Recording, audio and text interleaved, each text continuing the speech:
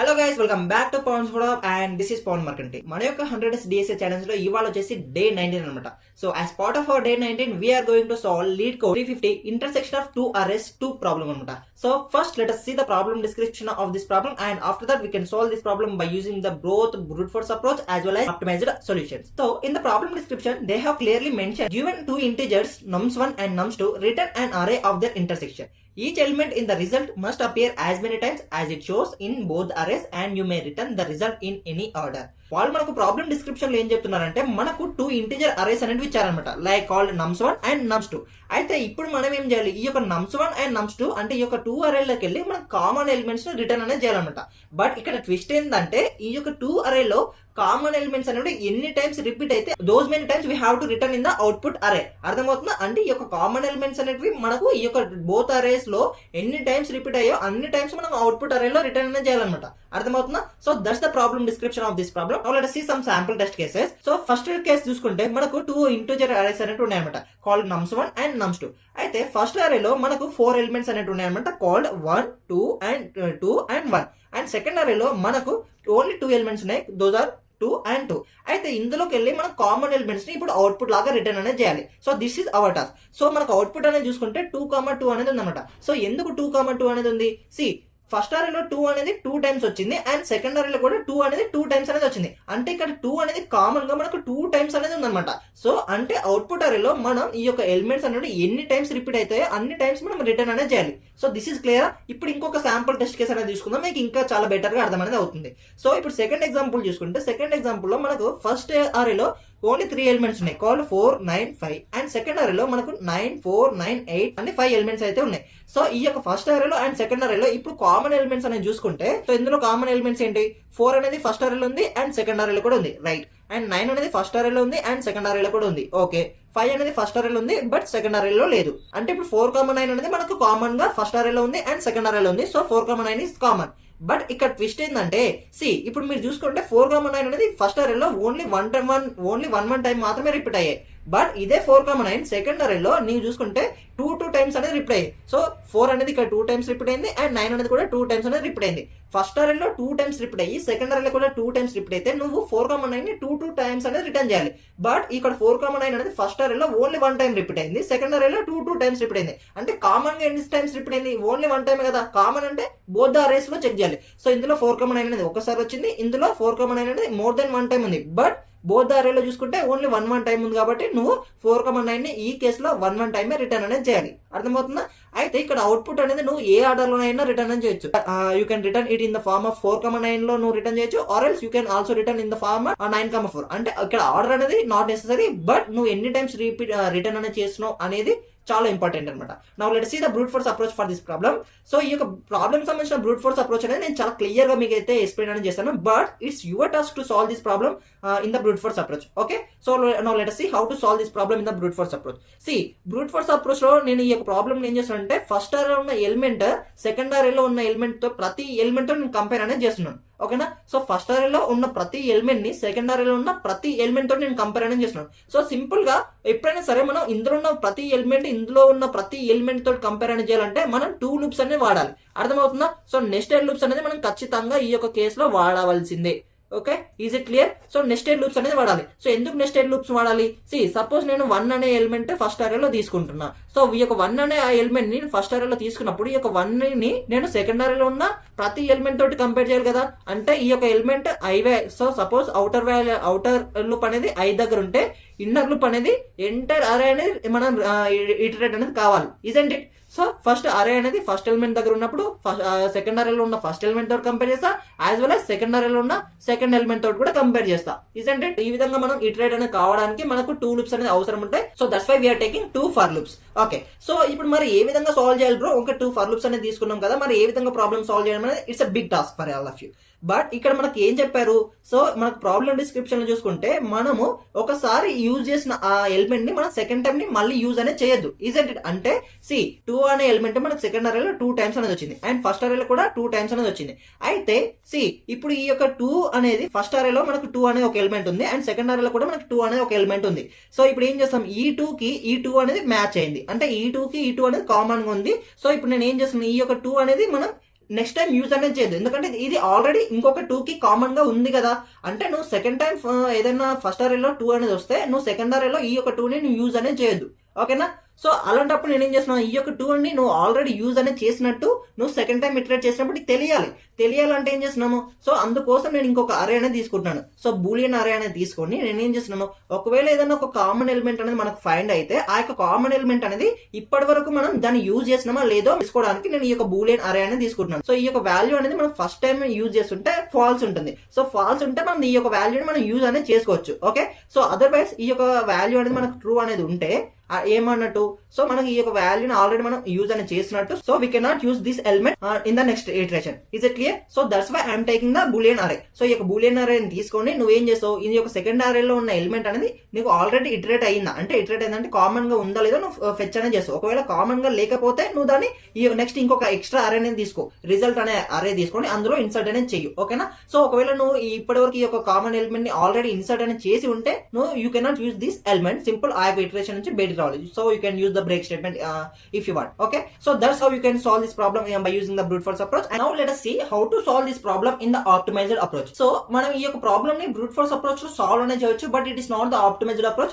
Why? Because so we are taking the 2 loops and we are taking extra arrays for tracking whether that element is used or not, and we are also taking an extra array to store the common element. So మనం extra space అనేది use చేస్తున్నాం and extra time అనేది మనకు పడుతుంది, కాబట్టి this is not an optimized approach, okay. Now let us see how to solve this problem in the optimized approach. So ఈ యొక్క problem ని నేను ఆప్టిమైజ్డ్ అప్రోచ్ లో సాల్వ్ అని చేయడానికి హ్యాష్ మ్యాప్ అనే ఒక డేటా స్ట్రక్చర్ అనేది యూజ్ చేస్తాను. నేను చెప్తాను ఈ యొక్క హ్యాష్ మ్యాప్ అంటే ఏంది, హ్యాష్ మ్యాప్ ని ఏ విధంగా యూజ్ చేస్తాం అండ్ హ్యాష్ మ్యాప్ వల్ల యూజ్ ఏంటి, everything I will explain clearly in this example. ఈ యొక్క హ్యాష్ మ్యాప్ అయిన డేటా స్ట్రక్చర్ అనేది మనకు కీ తో పాటు ఎలిమెంట్ తో పాటు ఎలిమెంట్ యొక్క ఫ్రీక్వెన్సీని కూడా మనము స్టోర్ చేయడానికి హ్యాష్ మ్యాప్ అనే ఒక డేటా స్ట్రక్చర్ అనేది యూజ్ అనేది చేస్తాం అనమాట.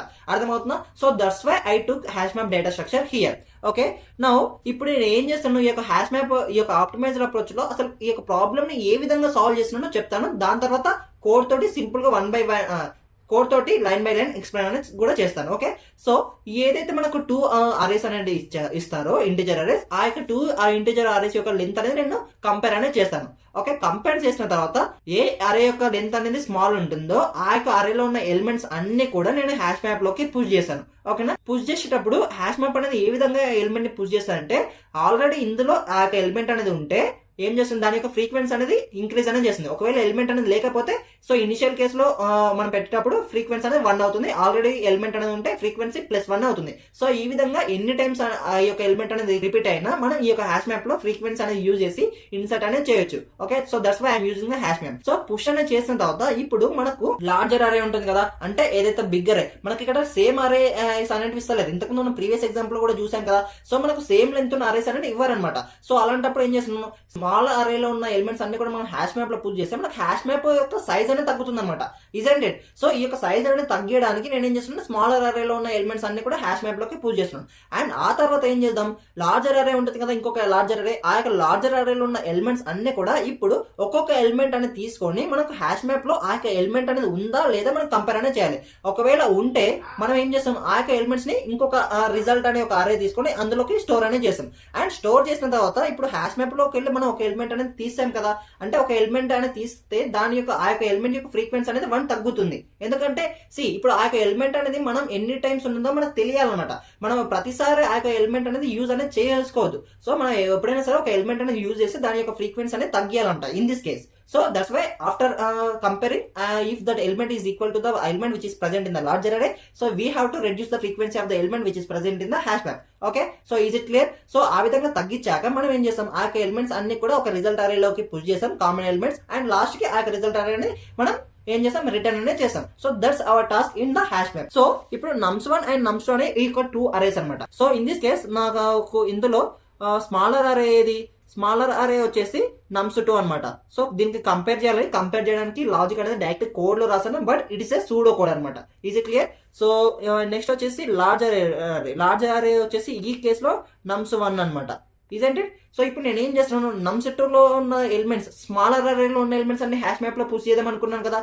సో నేనేం చేస్తున్నాను, nums2 లో ఉన్న ఎలిమెంట్స్ అన్ని కూడా ఇప్పుడు హ్యాష్ మ్యాప్ లోకి పుష్ అనేది చేస్తున్నాను. Is it clear? సో ఇందుకోసం ఒక హ్యాష్ మ్యాప్ అనేది నేను క్రియేట్ చేస్తున్నాను. హ్యాష్ మ్యాప్ క్రియేట్ చేసి ఇందులో ఉన్న ఎలిమెంట్స్ అన్ని మనం పుష్ చేయాలి కదా. So take a look. So మనం ఒక లూప్ అనేది తీసుకొని మనం ఒక అందులోకి ఈ యొక్క ఎలిమెంట్స్ అనేది పూజ చేస్తున్నాం.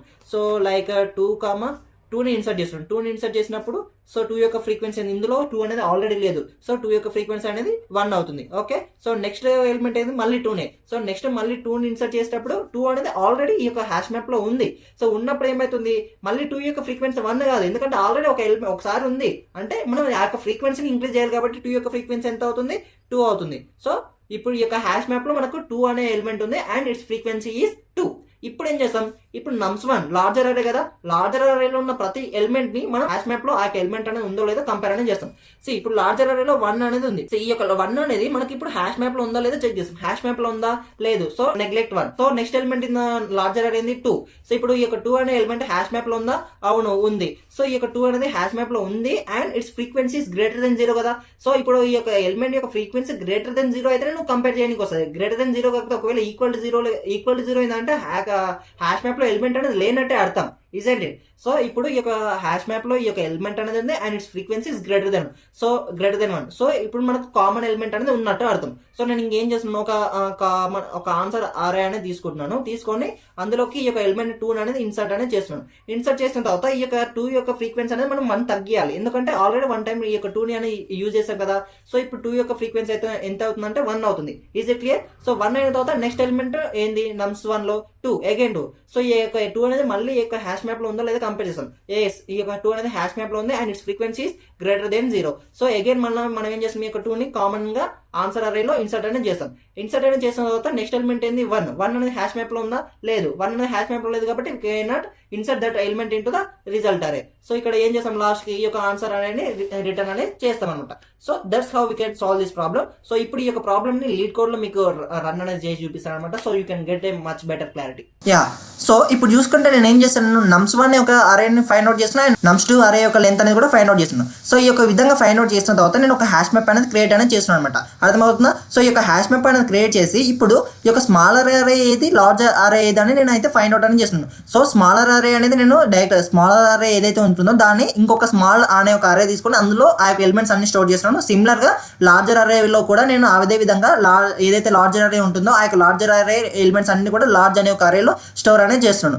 సో స్టోర్ చేసిన తర్వాత ఇప్పుడు నేను ప్రీవియస్ మీకు చెప్పాను కదా, ఏదైతే స్మాలర్ అరే ఉంటుందో అంటే ఏదైతే చిన్న సైజ్ అరే ఉంటుందో అందులో ఉన్న ఎలిమెంట్స్ అన్ని కూడా నేను హ్యాష్ మ్యాప్ లో ఇన్సర్ట్ అనేది చేస్తున్నాను. So this is the syntax for inserting elements into the hash map with increasing the frequency. Okay, so ఇప్పుడు నేను ఏం చేస్తున్నాను, ఇంకొక అరే అనేది తీసుకుంటాను. టెంప్ అనే ఒక అరే తీసుకొని లార్జర్ అరే ఏదైతే ఉంటుందో అందులో ఉన్న ఎలిమెంట్స్ అన్ని కూడా హ్యాష్ మ్యాప్ లో ఉన్నాయో లేదో నేను కంపేర్ అనేది చేస్తున్నాను. అంటే ఫ్రీక్వెన్సీ అనేది కూడా మనం చెక్ చేస్తున్నాం అనమాట. అర్థమవుతుందో, దాని యొక్క ఫ్రీక్వెన్సీ గ్రేటర్ దెన్ 0 అయ్యి ఉండి అండ్ ఆ యొక్క ఎలిమెంట్ అనేది హ్యాష్ మ్యాప్ లో ఉంటే మనం ఏం చేస్తున్నాం, ఆ యొక్క ఎలిమెంట్ ని ఇంతకుముందు టెంప్ అనే ఒక అరే అనేది క్రియేట్ చేస్తాం కదా, అందులో ఇన్సర్ట్ అనేది చేస్తున్నాం. చేసిన తర్వాత ఆ యొక్క ఎలిమెంట్ యొక్క ఫ్రీక్వెన్సీ అనేది తగ్గియాలి కదా ఏదైతే హ్యాష్ మ్యాప్ ఉందో. So we're reducing the frequency of that element in the hash map. So ఈ విధంగా మనం అన్ని ఎలిమెంట్స్ కి అన్ని కామన్ ఎలిమెంట్స్ ఫైండ్ అవుట్ చేసిన తర్వాత లాస్ట్ కి ఆ యొక్క అరేని రిటర్న్ అనేది చేస్తాం అనమాట. So this is the code for this problem in the optimised approach. So now let us run this problem. So the problem is passing all the test cases. Now let's submit it. Yeah, చూసుకుంటే problem అనేది successful గా మనకు solve అనేది అయింది అనమాట and it's successfully got submitted and we got 94% efficiency. So ఈ యొక్క problem సంబంధించిన both brute force and optimised code అనేది నేను ఆల్రెడీ గిటబ్ లో పుష్ అనేది చేశాను అనమాట. So you can so if you want the code for this problem so you can also check it out those code in my GitHub repo. So that's how we can solve this problem by using the both brute force and optimised solution.